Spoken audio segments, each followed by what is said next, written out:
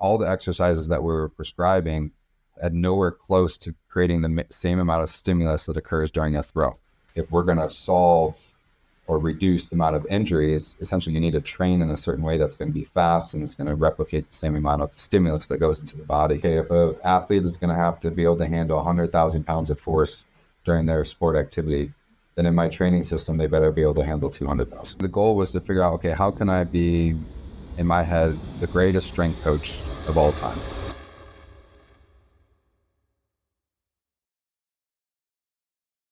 All right, thanks for coming on.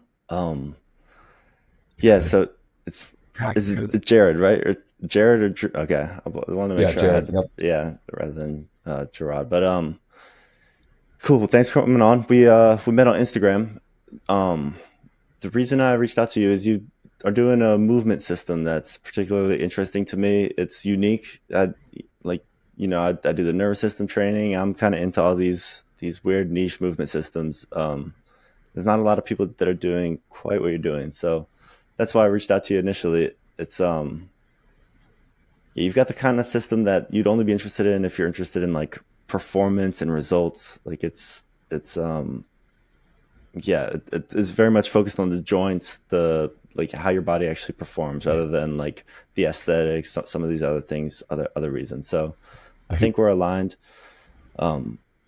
in training and in our goals there. But yeah, we'll dive into all that. This is the Quality Values Podcast. My goal is to learn what are your values in the context of your story. So we'll jump in and start with the movement, but we'll kind of build out from there and kind of explore the underlying themes of what you got going on. So yeah, thanks for coming on, Jared. Yeah, no pleasure. All right, real quick, I'm gonna pull up your Instagram so that people can see a little bit what we're talking about with these movements.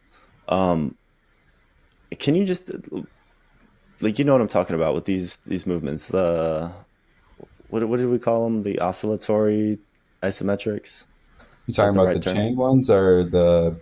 Yeah, with the straps, Yeah, I do them with straps. You do them with the chain. Yeah, the chains is I just call them chain oscillatory overcoming isometrics. I mean, I don't think there's any fancy name. Essentially, it's just there's an overcoming movement that's occurring, and there's an oscillatory rep that plays a role into that. So, yeah, that one's more just hamstring stuff. But yeah, so it's all part of. This is kind of like explosive physical therapy is how I would describe it in a way.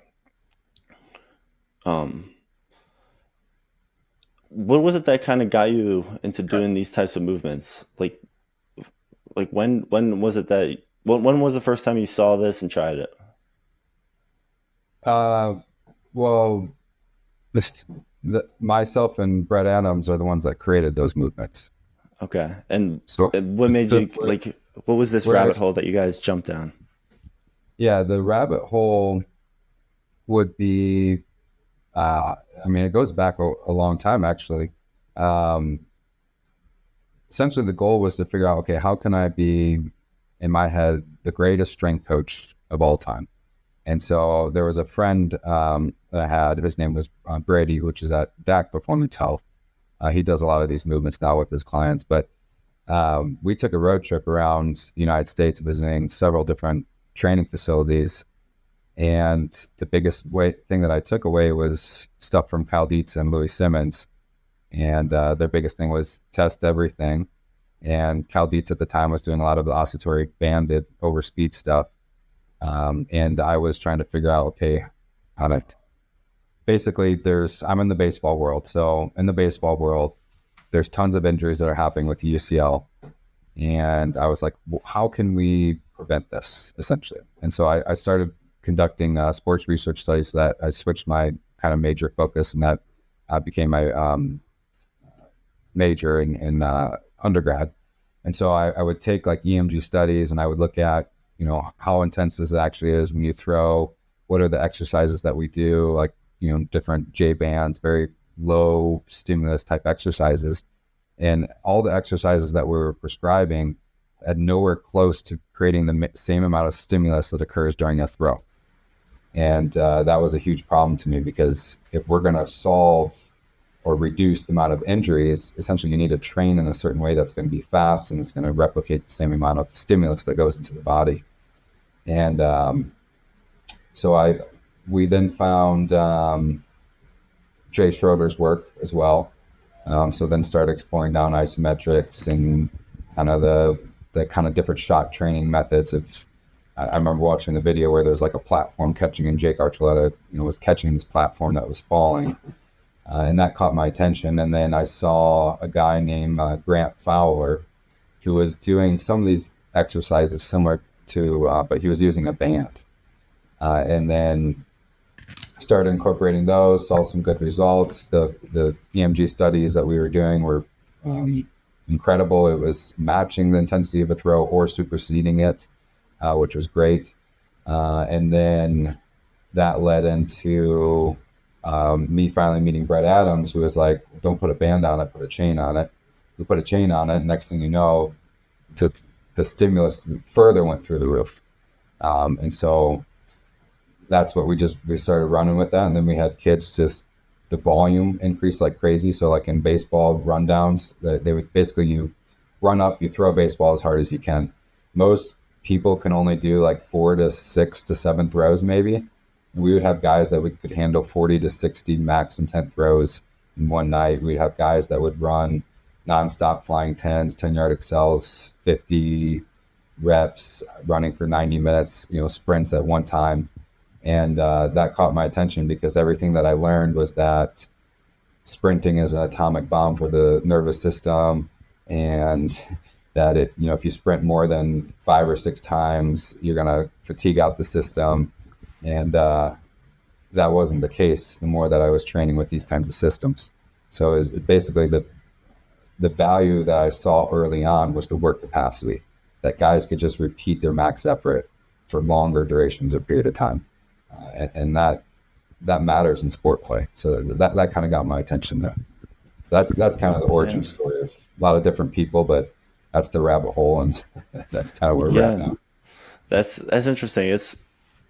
I think that what's most interesting to me there is like the idea of training kind of beyond the requirements of the competition. I think that a lot of people are hesitant to go even up to the requirements of composition consistently, citing injury risk or just like feeling like that's too far on the edge. I personally grew up playing baseball, and then over the last few years, I shifted my focus to martial arts, and I think that and then I would go back and still play baseball in the summers, and I just felt like I'm coming back from these times where there's all this tension on my joints, and then when I go back to baseball after an off season, I was like, oh, I'm actually feeling pretty good. Yeah. Well, and with that, you're doing a lot of fast movements too. Yes. Fast stops. You're kicking, you're punching, you're engaging different things, and that was the other thing that I feel like we don't recognize as a community in the sports training world, is that you did how many sprints playing ultimate frisbee with your friends? Like you would play for 2-3 hours just sprinting up and down the field, and that was never a problem. You threw, I don't know, dodgeball, like all these different sports that your perception of was having fun, and that never bothered you. That never hurt your back. That never hurt your elbow. And then all of a sudden, when we get in the sports training world, it's like, oh no, you can't run more than 5 times, or you can't run more than 6 times. But it's okay to play pickup basketball, and you can play for 2 hours and sprint up and down the court. Like that's not a problem. So like a lot of that stuff too didn't make sense to me. Where it's like, why can you do it in this environment, but you can't do it in the training environment? I think that's a question that's worth exploring. Yeah, I know. Like Michael Jordan had the love of the game clause in his contract, where he could play anytime, anywhere, against any opponents or whatever. And now there's like restrictions. It's like during the off season that there's the teams will have, oh, you can't be doing surfing or yada yada yada because of all the injury risk. So, I don't know. I think we could explore what's going on, track the money behind all that, or I'm sure there's a lot of different forces that have kind of led to this culture in sports. But I do think that what you bring there's only a couple guys doing the training system you mentioned, or the style of training that I see. So think what you Yeah. guys are bringing is kind of addressing this issue that we're talking about. Yeah. It's, well, I mean, lately too, I try, because how you do it does matter. So like you're just like if you're going to do an isometric, or if you're going to do like kind of like your guys is training the fast reps, like how you perform those and how you move matters. And so I found like I use more functional neurology now and to mix with that. And so there might be things where we do in lengthening positions or shortened positions. We might only be working anterior on one side, posterior on one side, flexion here, extension on the opposite leg. Um, and I found that that even has even better results too, which is great because a lot of it that kind of training does is it just resets the GTO muscle spindle relationship. And so that fast stretch that occurs in the muscle and forces that muscle to activate. I mean, you're essentially just resetting tone. And on my Instagram page, there's different, I haven't put up a ton of examples, but there's examples that I have where it's somebody's posture will represent what we call a soft parietal weakness. And so there'll be like a one shoulder lower than the other. There'll be internal rotation of an arm, increased flexion of the elbow. And then just within one training session, they're perfectly balanced out. And so a lot of it's just about the feedback or the input that you give into the brain, which is immediate, which is great because if you give the wrong stimulus, then you're not going to get the postural changes that you're looking for. And so I guess that's the only other way that I've further advanced is making sure that you're checking your work and making sure that you're seeing a change within that same training day, that even if you did 10,000 reps, neurologically, they're still more balanced out. And so, yeah, they're just powerful tools in what they do. I mean, I'm a chiropractor, so I'm biased, but I create all of these training methods off of how I'm going to adjust somebody. So if I'm going to adjust somebody to balance out their brain and get a certain output that I'm looking to balance, whether it's balance cerebellum or increase motor cortex or calm the brainstem down, that's what I'm looking to do in all of the training that I do. And so it just makes things very much more effective with your training. Interesting. What that's cool. I've had a couple chiropractors before, and honestly, I've had kind of mixed opinions on them. But the way you're approaching it, I think kind of might provide some insight into that. And what I felt is like every single time I get sore afterwards, I have neck issues and shoulder issues, and so when I get an adjustment, it's like it's always first time in several years that I get an adjustment since I don't do them that often, and it always feels like a big adjustment.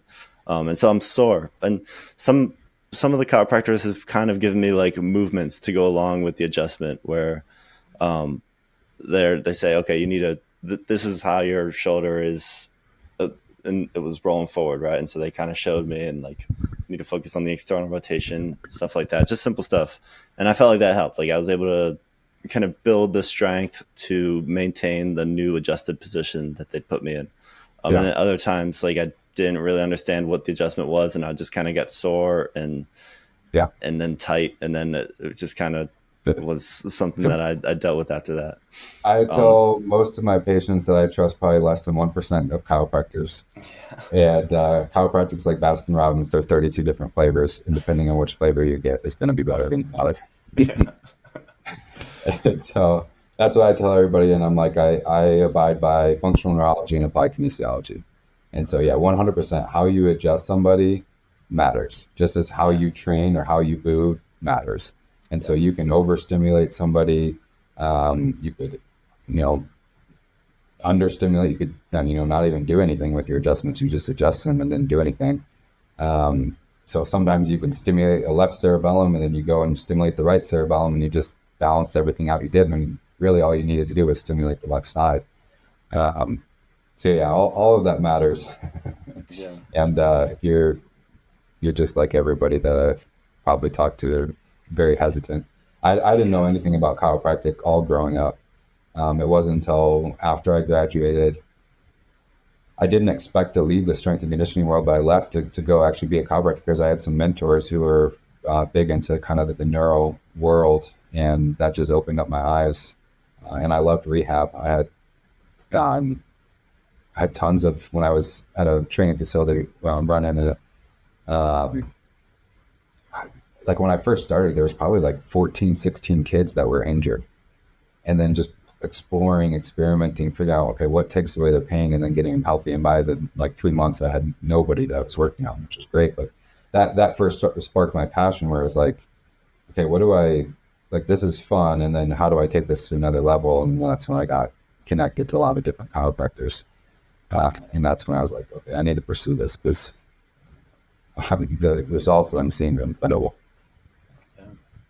Yeah, it's I mean, I'm in some ways I'm doing related things to you, and also a similar path. I had a lot of injuries when I was a kid, so I spent a lot of time in physical therapy. I tore my ACL when I was 9, had and then I just felt like my body was always out of alignment. I had the reconstruction surgery on that, and then I had a foot surgery on the same side, and some hip issues and shoulder stuff. I was just always kind of like behind behind the sticks and managing my alignment. I was always kind of rehabbing the last injury, but I never really stepped back and stopped training. I think that was kind of why I was always a little behind. But I spent so much time in physical therapy growing up that is kind of the base of my strength training. Like I later in high school, you'd go to the gym with your team and do like classic lifts, and I had my phases doing just squats, deadlifts, all that. But I've kind of found myself into I consider them like alignment systems, like the knees over toes, foundation, supple leopard, rebuilding myelo, nervous system training, the type of stuff that you're doing, like all these systems I would consider like alignment focused systems.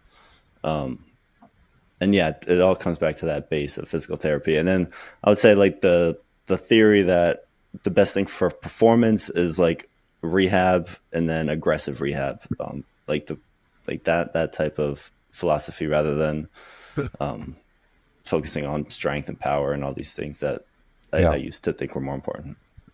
Yeah. Well, and all that stuff comes, and it just matters how I think the analogies sometimes people use is like, if two people lift 225, but one can lift it faster than the other guy, like he's going to be neurologically a lot more sound. And so, lifting heavy is good. And I still have a lot of people lift heavy, and also too, like how fast can they move? That tends to be the more important component for sure. Yeah, I was with you there. I was in excruciating back pain at 12 years old, and it's like, like no 9-year-old should ever tear an ACL unless it's a very traumatic, car accident or something. And me as a 12-year-old should never experience excruciating back pain where you can't run down to first base. So a lot of our, what we're taught and moving, all that stuff is, it's kind of I wouldn't say a lost art, but it definitely needs some redirection. I would say for sure. So what are your assessment protocols when you're working with a new client? How do you start with them? How do you kind of analyze their alignment, understand where their compensations are, their weaknesses? How does that whole process, what does that look like? Yeah. So for my initial eval, I'm looking at different regions of the brain. So I'm going to look at motor cortex, so frontal cortex, parietal temporal lobes. I'll look at cerebellum, and I'll look at brainstem. So I'll run through all these different tests, and I'll explain why I want to know all these different things. But what I'm looking for, though, when I first look at somebody, is their posture and gait. And when I'm looking at for gait, I'm looking at, is there a decreased arm swing? So if there's a decreased arm swing on one side, that's going to indicate potentially a weak-sided frontal cortex. I'm also going to be looking for, how are their feet moving? Because if one side are turned out, or they turned in, or they walk in neutral. And then when I look at posture, I'm looking to see if they have any soft myelin weaknesses, what I kind of mentioned. So if they're standing at attention with their arms relaxed by their side, is there one shoulder that's lower than the other? Is that same arm internally rotated, elbow flexed, and foot externally rotated all on the same side? Because then that tells me that side of their brain, so let's say if the right side was depressed, rotated in, elbow flexed, wrist slightly flexed, then I know that right side of that cerebellum needs more stimulus. And then I'll look at some other cerebellum tests to see if it confirms. So I might look at Romberg's. So Romberg's is where you put your feet together, you close your eyes, and what I'm looking for is the initial sway. So on the initial sway, do they sway right or do they sway left? Then I'll do like a finger to nose, so they'll close their eyes, They'll try and take one finger to their nose and they'll take the other one. Want to know, okay, was that direct? Was it smooth? Was it choppy? A lot of times what I see with my clients is that they'll turn their head as they go and touch their finger. So instead of just taking their finger to their nose, they'll sway or they'll turn their whole head towards that finger to compensate. So those are the cerebellum. Other frontal cortex tests I'll do is like finger tapping. So ability to, I can't see my camera, you take your pointer finger and your thumb, you open and close those two together and you do that as fast as you can, compare left and right side. Then I'll do like a shoulder shrug test. So I'll say, okay, I want you to shrug your shoulders at the same time, or just shrug the shoulders as fast as you can. If there's one side that's delayed than the other, you'll see that a little bit more with TBIs, but you'll catch one. So those are kind of their brainstem. I'm looking more at biofeedback. So I might have them bend over, touch their toes, and then I'll say, okay, I want you to gargle. And then they'll gargle some water and then they'll re-bend over, touch their toes. Did their range of motion improve? Did it not? I might look at convergence or what they call like pixel push-ups. Same thing. Did that range of motion improve or get worse? I'll have people close their eyes and be like, okay, I want you to touch the tip of your elbow or the center of your knee with your eyes closed. And I want to see, okay, how well does joint position? Like, do they go and do they completely miss their elbow or do they touch it exactly? And so that gives me a good idea as well. Other major test that I look at is red desaturation test. I put this, I think, one time on my story. But if you look at the color of red and you close one of your eyes and then you close your other eye, the color red should be the same. But if there's one side that's brighter than the other, then that just means that there's essentially the optic nerve is not functioning the way that it needs to, and that there's not enough blood flow also kind of in that same side of the brainstem. So there's a few different tests, but you're always trying to look for different, whatever region of the brain you're looking at, you want at least 2 to 3 tests to confirm your findings. And once you kind of find a pattern, then you know exactly how to train somebody. And then you gotta also have to know, okay, is this contralateral or is this ipsilateral? But most of the time you can be very safe by just recognizing posture and balance and then stimulating that same side. So like I said, if that right side is not acting the way it needs to, then we're going to be working shoulder, probably overhead, anything to get the clavicle up, so the pec to go back, so fast movements back. So maybe you take, what do you guys use the water balls, right? Sometimes, yeah. So you take the water ball and you're only going to do the up portion, so you're not going to go down. Mm-hmm. So you're only going to do rapid movements, reset, rapid movement up, and that's going to help reset that tone there. You might be only doing a bicep curl where you're locking out. That's going to reset the tone of the bicep there. And then on the opposite side, the contralateral side, you're only going to do like a water bag down. And that's going to create a fast stretch on the posterior side of the opposite, or you do like a tricep movement. So you might go back behind you and do a rapid tricep stretch. So those are some of the ways that I fix that, that I fix that going off of what I see. You can also use the legs. Like if that same side, if that right side is weak, then you know that tibialis anterior on the right and glutes on the right are also going to be weak. So then you'd be focusing on movements that are going to essentially potentiate those glutes on that side. So I think I see you guys do that where you put your foot on the ball and you swing your leg over the ball and stuff like that. So like you would only do that on the right side, not the left. And then on the left, you would maybe do more of like a plank or something where more of that left side hip flexor is working. So it's like right side glutes working with hip extension, and then the left side, it's like hip flexion is more working, the psoas. And then you retest your work, make sure it balances out. But that's kind of the general idea, is if you wanted to do anything and keep it as very simple as possible, what is the posture presenting? Whatever the side that you kind of see that parietal weakness on, that's the side that you want to essentially stimulate. That's pretty different. So would it be fair to say that like the core way you organize your assessment is based on the brain? Yeah, 100%. Because somebody could have back pain, and all I do, like in my chiropractic office, is adjust the shoulder, like a posterior delt on one side and a clavicle on the other side, do a couple bicep, tricep adjustment, have them re-bend over, touch their toes, and they're like, oh, my back doesn't hurt. So it's not like there's always localized pain to the back. It's just there's an imbalance in the brain. You balance out the brain, and then all of a sudden it starts functioning the way that it needs to. It's communicating with the whole system. Yeah. Are you familiar with the DC devices at all? like Yeah. ARP Wave or Newbie or I, yeah, not by name at least. okay, maybe this example wouldn't be good, but if your listeners are familiar with those, what it is it's a form of eSTEM, but it's a DC, so it's a direct current device. And so there's usually like a search method with that. So like you have like a grounding pad, let's say on your low back, and then there's a wet sponge, and you search over an area. And essentially, what it does is it finds areas that have electrical resistance. And so if there's an area with electrical resistance, then it gets super intense. Like it's a very aggressive contraction, might make you sweat a little bit. And then as you continue to work through the movement, the intensity actually drops down because your body is made up of direct current. And so what it's doing is the electricity essentially is able to pass through your fascia more easily now. And so what I found is that when I put those kind of DC devices on people and they get those hot spots, and if I adjust them, it will lower that intensity out. So they might be like, hey, that's a 6 out of 10 on that. And then I might do a quick clavicle adjustment. And then all of a sudden they're like, wait, the intensity's gone. So it's a cool way to show my patients that have experienced it that, hey, if you give the brain the appropriate feedback, the electricity current that's going to be able to pass through the fascia goes a lot easier.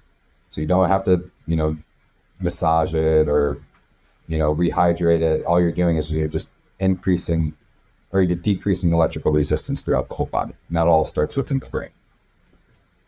That's pretty cool. I where is this a system of thinking that you're referencing here? Is this all you, or is this like part of your education? Like, did Yeah, your not a chiropractic chiropractic have? school, Yeah, but where a does lot of the this? stuff where I've learned most of it is through different mentors that are kind of all done what they call functional neurology. So it's called the Carrick Institute is where you can learn a lot of it. But what I would say at the Carrick Institute, they don't have, they wouldn't train somebody like I would train them. So I'm kind of blending in the Carrick Institute, founded by Dr. Ted Carrick, with this more high volume, high stimulus kind of type of training. And the Carrick Institute was developed by Dr. Ted Carrick, and he was, I mean, he's a way ahead of his time. He's still alive today, but he was a chiropractor, and just the things that he could accomplish and the miracles to say with his patients. I think at one time he had like a 2 to 3 year wait list. And he was down in Georgia. Then I think now he's down in Florida doing stuff with like Parkinson's research. But the first ever class that he taught, one of the students was Dr. Gail Henry, and she ended up being probably one of the most influential chiropractor people that I learned from. And so I did all of my, say, residency training with her, and it was incredible. It really opened up my eyes and taught me a lot. And so I was able to take what she was doing and apply it back into the training that I was doing. Interesting. There's muscle activation techniques. Are you familiar with that one? Yep. That kind of reminds me of what you're saying, but that's not. It's not centered on the brain. That's just. It just Not has. completely. No, MAT came from Greg Bueller at AMIT, AMIT. He branched off, and then before that was Adam Beardall. Yeah, Adam Beardall and Goodhart. So those two were kind of like the founders of applied kinesiology and clinical kinesiology. And so that's like AMIT, you test all 630 muscles. I think MAT, you still test, I don't think they test all 630, but I know there's a lot of muscles that you're testing and you're figuring out, okay, how do I turn these muscles back on? And I do a lot of applied kinesiology in my office. However, I always start with the brain because I could find, let's say I find 6 primary muscles that are off. But if I do a saccade to the left, all of those 6 muscles get strong. So it's like, or those 6 muscles resolve themselves. So it's like I don't have to necessarily go through the 5 different, well, I know in AMAT, I don't know about MAT, but the 5 different resets to go through with neurovascular, neurolymphatic, origin and insertion, manual acupressure points, and adjustments. I don't have to always do those. If I just balance out the brain or give it the stimulus, I find that those hold. And when people come back, it's not like they're weak again, more often than not. So that's why I always start with the brain. Or a good example too is like I use a device a lot with my patients called a pulsetto. It stimulates the vagus nerve. Another one that I use is FL41 glasses, so like color therapy. So these are like pink glasses for people that can't see. Like again, I'll have people that have these weak muscles that are primaries, and as soon as you put on the glasses, they're all like corrected. Or the same thing for the pulsetto. And so a lot of times the sensory system and the motor system. So if the sensory system is overloaded, so the brainstem is overloaded, what it'll do is it'll downregulate the motor system in order to compensate. And so as soon as you calm that sensory system down so that information going through your brain isn't crazy and it's more balanced out, then everything just motor output just increases. It's not as weak anymore. So that's why I always just start with the brain now instead of just doing all the different party tricks, which do work. But I'm just making fun of them because they are party tricks. Yeah, that's honestly, it makes a ton of sense to me. I'm kind of coming. I think I'm trying to attack a lot of the same concepts you're kind of coming at with. You've got the more direct approach. I'm kind of coming at it the street smarts approach. My buddy does memory training, and so he brought me into that. He does like competitive memory competitions, so like memorizing numbers, decks of cards, names and faces, that type of stuff. Sure. And so you guys living in a casino now or something? he's a smart guy. At one point, he had like tens of thousands of digits of pi just for fun. But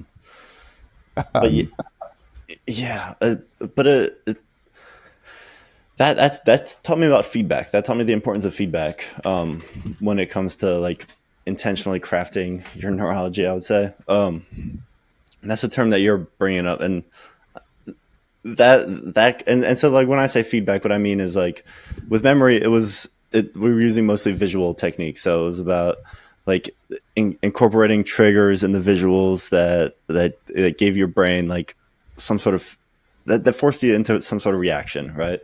Yeah. And with memory training, like the end goal was to have like some sort of emotional reaction. Generally, if you can have like an emotional reaction to the images that you're seeing, you're going to remember it. So that's kind of like there needs to be a narrative. So it needs to be like a image that makes sense, and then an action that makes sense in the context. And then so there's images, memory palaces. And so that's kind of how the structure of these memory trainings work. But the goal is to get like these emotional reactions. And then over time, I found myself in the nervous system training, and we use different like balance devices and stuff like that for the feedback. The way I describe it is like small change in your position like creates a significant change in the sensation, the response. And so it's a very feedback focused training system. But yeah, I like how you're honestly, I'm going to have to go back to this conversation, the assessment part, and go through your, the way you broke down the different sections of the brain and how you assess them, because some I haven't heard before, but it's cool. Yeah. Well, what you did there is actually really cool. And you actually brought up a lot of good points because, I mean, you're talking about different arousal states of remembering stuff. You're talking about more like variability. So essentially stochasticness, of randomness. One of the things that I use in my office is a device called stochastic resonance therapy. It's just a fancy term for random vibration therapy. And so every 1 millisecond, there's a random input given into the body. And so the brain can never predict the next movement, so it's forced to pay attention to it. And I think Harvard recently that device came out 25 years ago or something, originally for the German Olympic ski team. But I think Harvard just finally released a device. It's like an ankle strap, and you put it around and it will randomly vibrate, and it helps people be able to walk. So like kids with cerebral palsy who can't walk, and all of a sudden they put these ankle straps on and they can walk down the hallway. Or patients with like Parkinson's disease that are shaking everywhere, and then they put like a wrist strap or ankle strap and they're able to actually write or something like that. So the randomness where your brain can never predict the next movement is so important. And what you mentioned with remembering stuff, you're giving a new output with a foot sensation or a different movement, or when you're learning a new task, there's so much neurochemicals, or what they say is the brain's more attuned to what's going on. And so it's going to be more ingrained. And sometimes I think about that too with like supplements and different rehab. It's like, is it the supplement or is it because you're excited to do the therapy? And sometimes I'm like, maybe it's just because you're so excited that's why it works.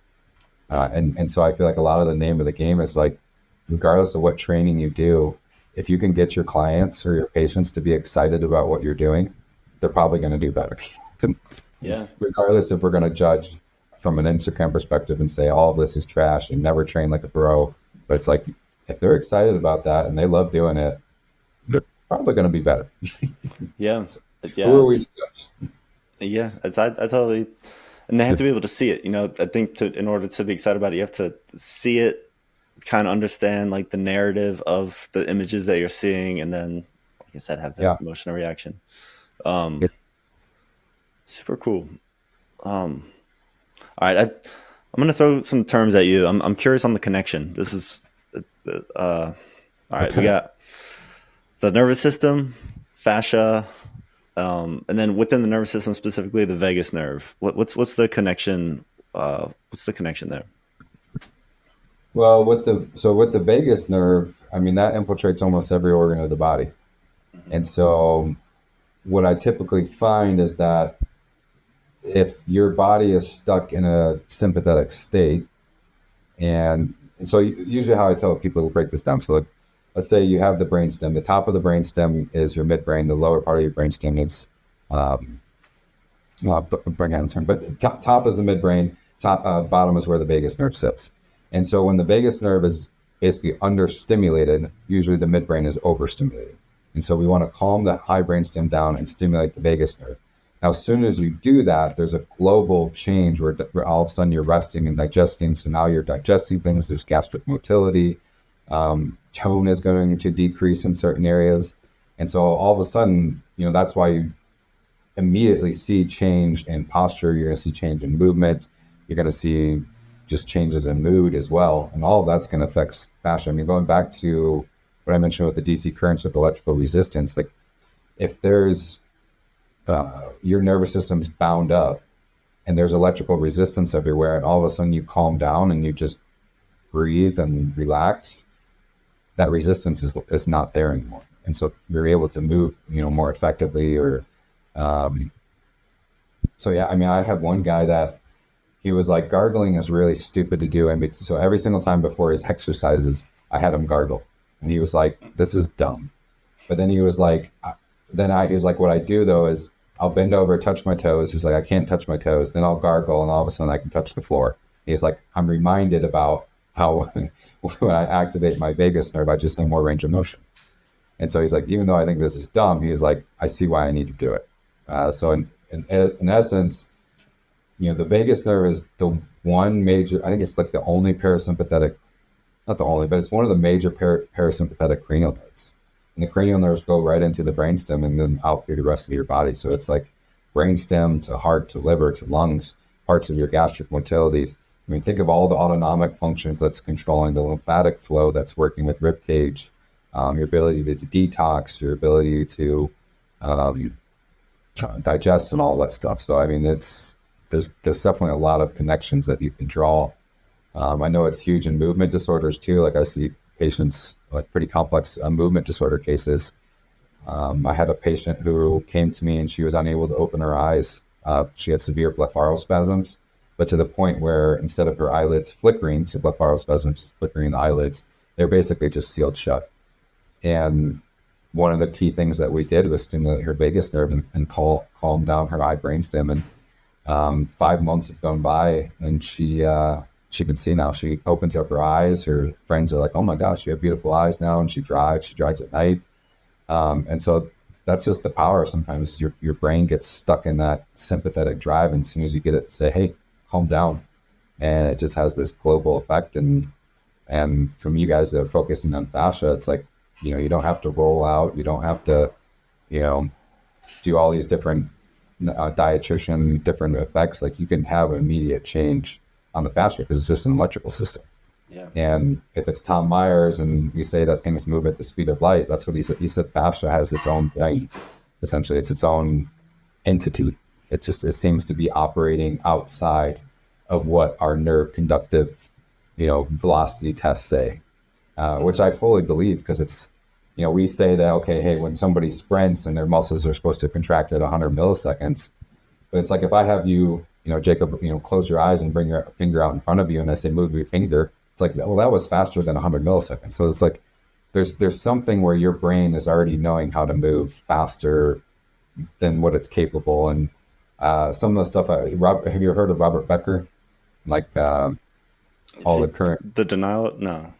No, it's basically he Denial. took salamanders and he would cut off their leg, and because salamanders can regenerate, he would look at how they would regenerate, and he would cut their nerves and their limbs would still regenerate. And so it was like, well, it wasn't the nerves, it wasn't this, and he ended up calling it a perineuro something. Basically, he was like, hey, there's something outside of the vascular and nervous things that even if we cut, the salamander still can regenerate his tissue. Yeah. And so that was kind of another case that there's something outside of this fascia or water that's essentially holding this memory and telling the body what it needs to do.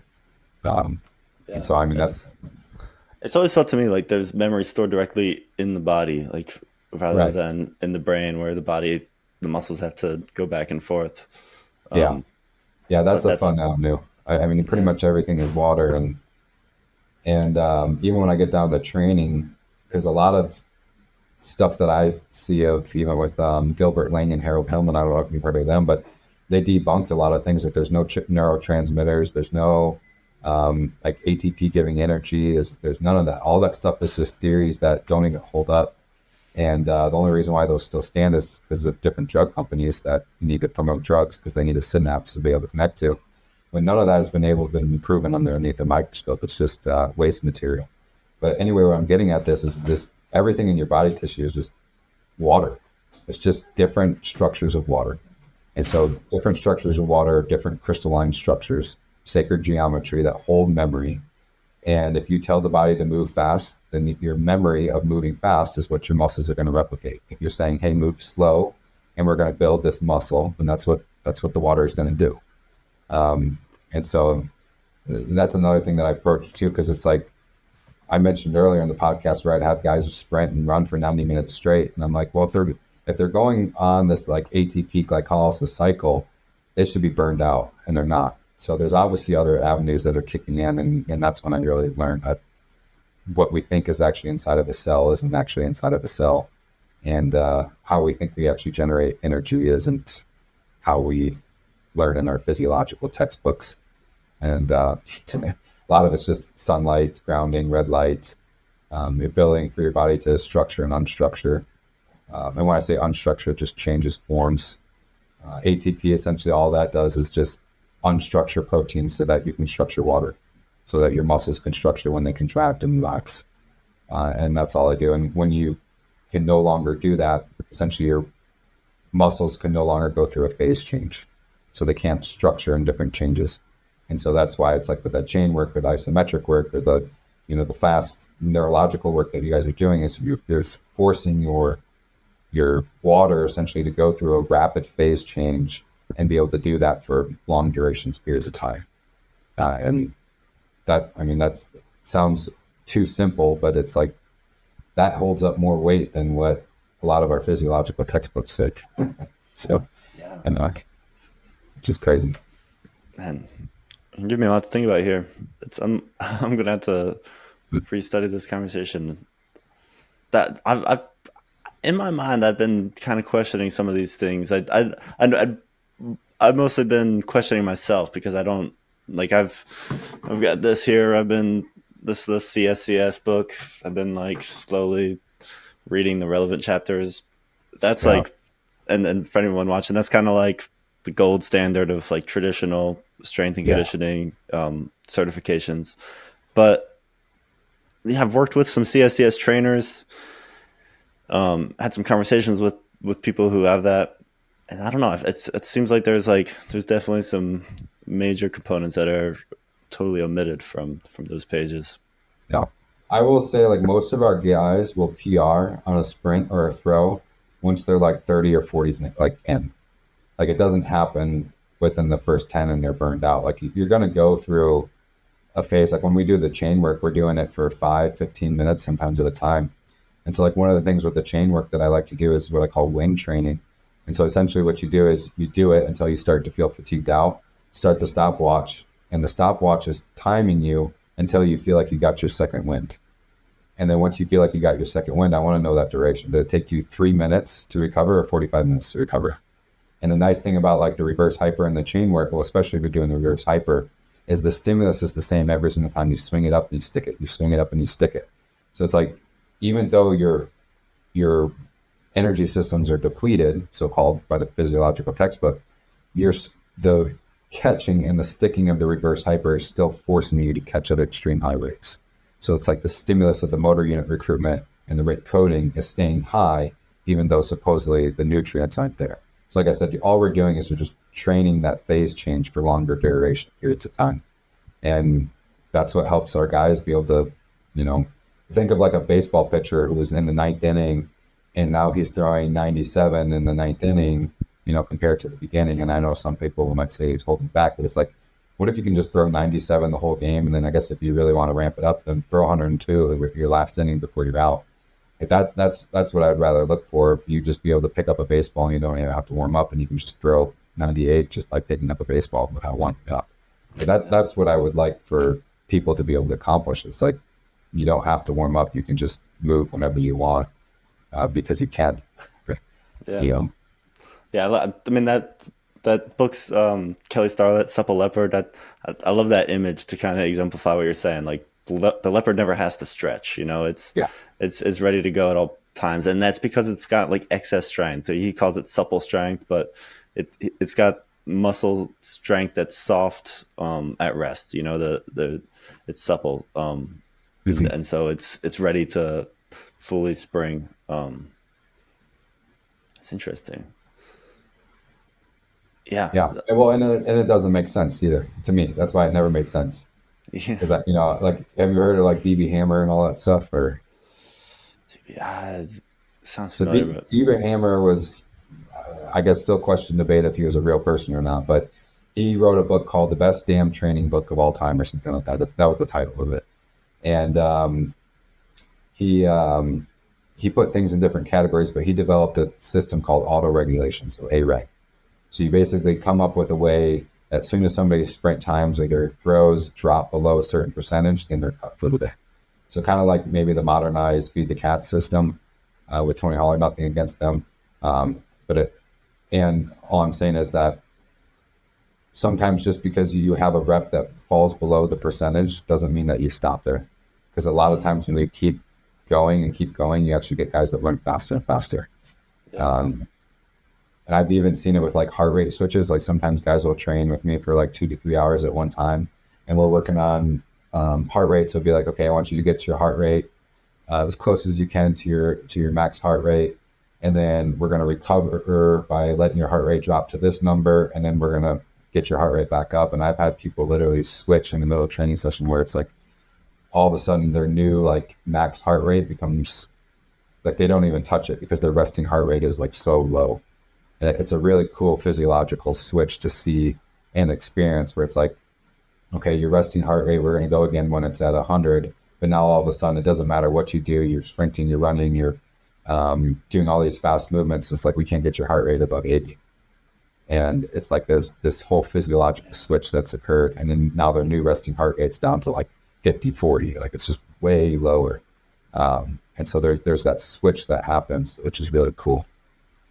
And that's what I think is happening with the sprints too. It's like it's like a neurological reset where it's like your brain's like, okay, this is how we organize now. This is how we move. I think of like a long duration isometric where you're holding a position for 5 minutes. They say, okay, you're holding the first 3 minutes to remove all of the compensations. So you're fatiguing out over the over-dominant, overpowering muscles. And then the last 2 minutes of the long duration isometric is essentially where you're creating change. Now that's when you get to engage the new muscles. You get to engage the torque a different way. You're contracting a different way. You're creating a new compensation pattern. And it's like that same molding model. It's like that makes sense to me into the sprinting, because I don't see sprinting as energy depleting. I see it as if you perform every single rep how you're supposed to, then every single step is recovering the previous step. Yeah. Because we know that muscles recover the faster, like when they're relaxed. And so the faster you move, the faster you relax. So if I sprint in theory and my muscles are no longer contracting and relaxing at the same speeds, then that's where that compensation occurs. And again, that's just a phase change. Long, eccentric, lengthening, concentric, shortening. It's just a different phase of water, essentially, and how it's presented, stabilizing. But so I don't. That's why it's like, don't be afraid to stop. Don't be afraid to stop at 10 to 15 reps. Yeah. A lot of the magic happens in the unknown. Yeah, I've got an old car. It's a 1990 Volvo 240. I don't know if there's any Volvo people out there, but I love it. It's a ridiculously old car at this point. But the reason it's such a good car is because it's overbuilt. Like it's a car that the engine's made to go a million miles, and so it's like.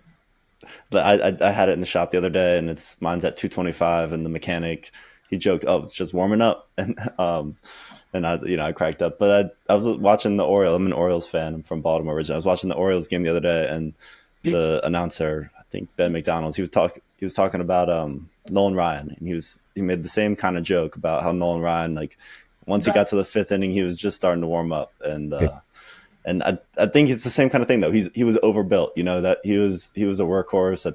I mean, he's a little before my time. My dad was a big fan, and I have his baseball cards. I've seen his highlights, but I think he's like a rancher kind of guy. I think he was out there doing, presumably some work that may have exceeded the demands of his pitching and stuff like that, just on the farm. Yeah, well, that in a different way. I think he also too. I think after every start, I think he would take like a cold or hot shower, and then he would go run. I think it could be I have the wrong player, but it was like, like some of those guys that you hear that like run to the stadium or just run endless amount of poles. Like he was always training, regardless if we think that was the best training or not. It's like about perception. To him, he was like, this type of training or this routine that I'm in turns me into an absolute beast. Like I'm a king when I do this. So this is what I'm going to do. And it's again, like he believed in what he did and he believed in his mentality. So it's like, again, who are we to judge to say, hey, he was supposed to do chain work, or the nervous system fast work, because his perception was like, this is the beast needs, And so, from his own perception, I think he was definitely training harder than what his pitching demanded. And he was probably viewing it more as, I don't know, I'm just speculating, but he's probably viewing it more as like a endurance cardio aspect. If I can outrun the 2 hours of the baseball game, then I'm going to have the whole endurance to be able to throw as hard as I can for the whole game. Exactly. I don't know if that's true or not, but that's how I would think of it, if I was in. Yeah, and I had the same thing when I started doing martial arts. I started running, and the whole idea was like, I want to still have energy in the tank in the last rounds of sparring. Like I want my cardio to be at a point where that's never the question, and then I can focus on the skills I need to develop and all that. It's being overbuilt. I'd say that's the a colloquial way to put a lot of the things we're talking about here. Yeah.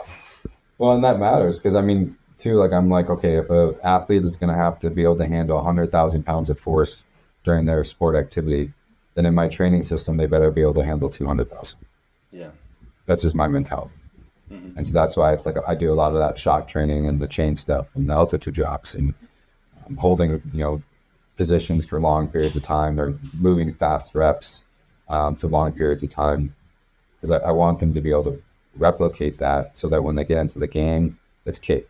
Like the biggest thing that like when Brett and I do camps and stuff like that, and we host athletes, it's all about exposure, exposing, because the more you're exposed, then when you get back into your actual skill or your sport training, it's cake. Like it's easy. Yeah.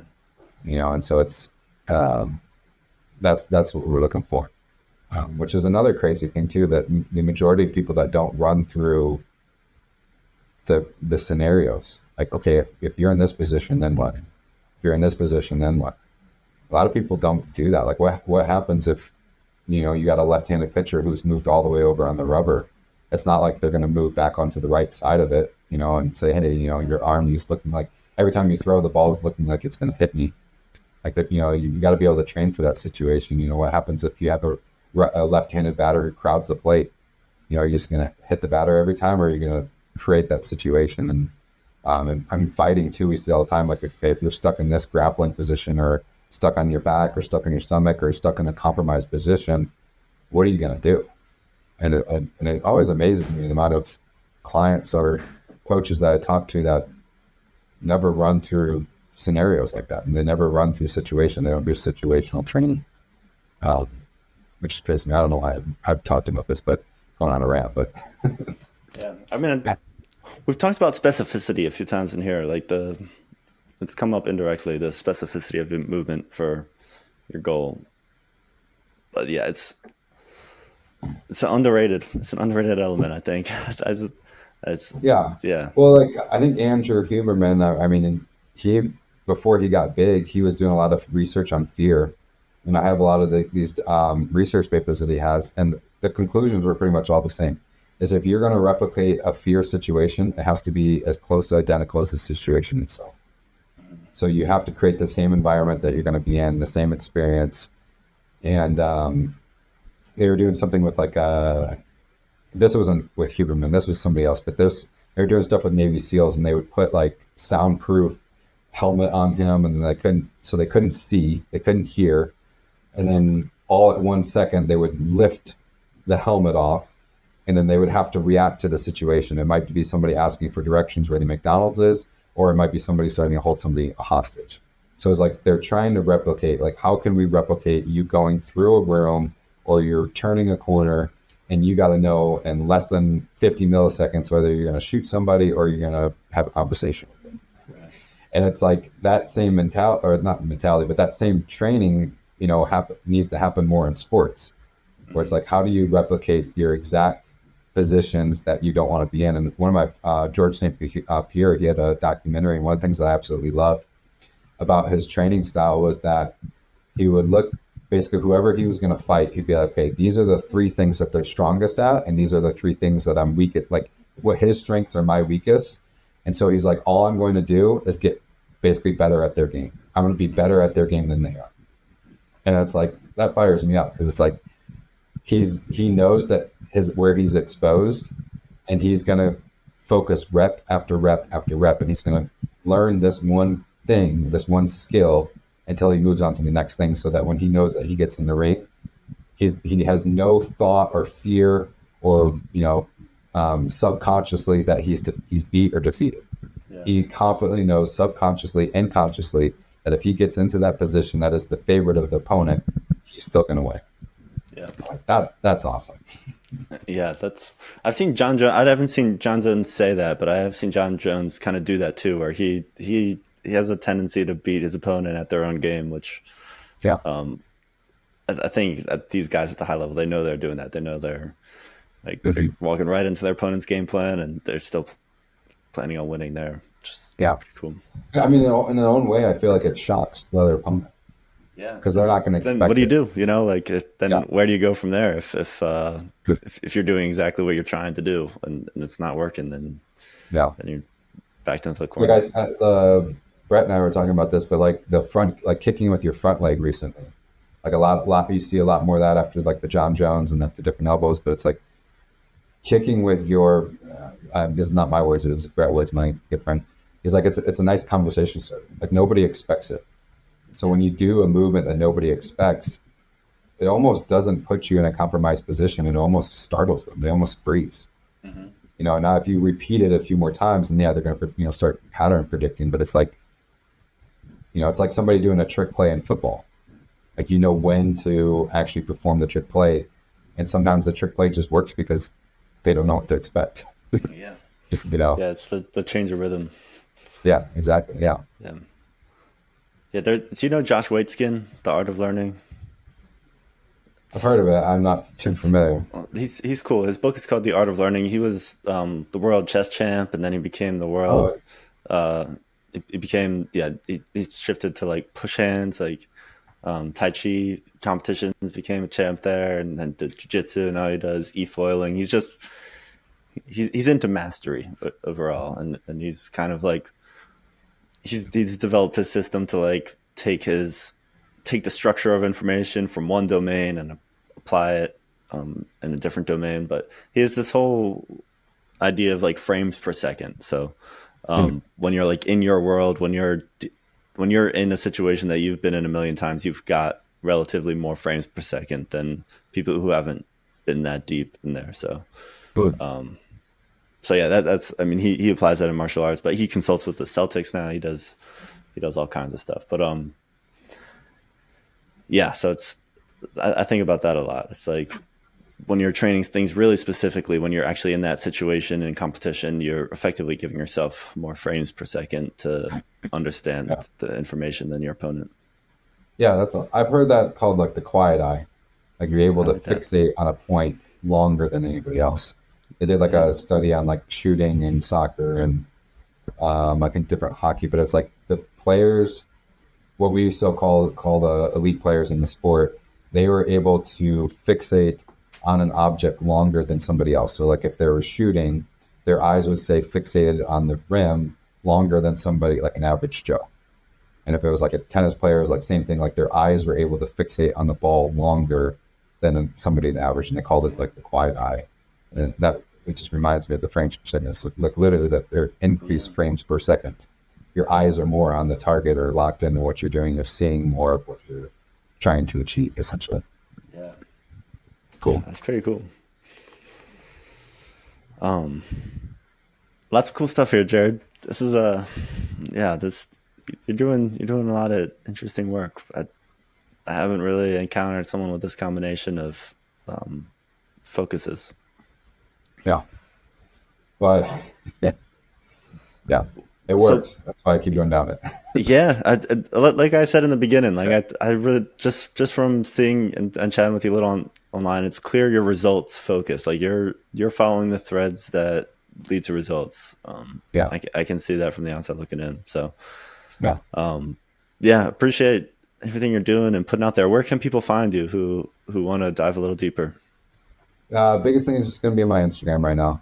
So I'm very responsive typically. So you can always send me a message. You can ask me questions. And then on the Instagram, that's where I train with clients and also do coaching mentorship. So I do I work with a lot of coaches and just walk them through the things that I've done and seen and kind of what we even talked about with like the whole neurological stuff. And that's how I train all my clients. So, like a lot of my clients are people who've been, with their athletic trainers for 6 months, or they've been to 3 or 4 different trainers, and they're still injured. And my goal is, or my task essentially is, how do we look at this from a different perspective so that you're getting out of pain or discomfort or rehab or elevating your performance. And that's the same in person. In chiropractic as well as I see a lot of complex neurological cases. So a lot of my patients have been passed on from doctor to doctor, and I might be the 15th person before they see. And I think that's just subconsciously what I've created, but those are typically the clients that I attract and see. So, but yeah, Instagram is the best way to see me. Yeah. I think if you're looking for good trainers, you should look where people end with rather than where they start. Yeah, Yeah. All right, and your Instagram's train underscore efficiently. yeah. And when I first created it, I don't know, this time 7, 10 years ago or something, I didn't know that I did a double underscore. So it's actually train double underscore Okay. efficiently. Train underscore efficiently, and I'll have that included in the description everywhere this video is posted as well. Yeah, I appreciate Um, it. yeah. Well, thanks for coming on, Jared. Yeah, this was a pleasure, and I learned a lot here. So much Yeah, well, thanks. thank you. I appreciate it, Jacob. It was actually a lot of fun. Yeah, for sure. This is great. I enjoyed our talk. So, Right um, on. yeah, thank you. Yeah, for sure. Everyone still watching, like, comment, subscribe. Appreciate the support, and we will keep putting out content.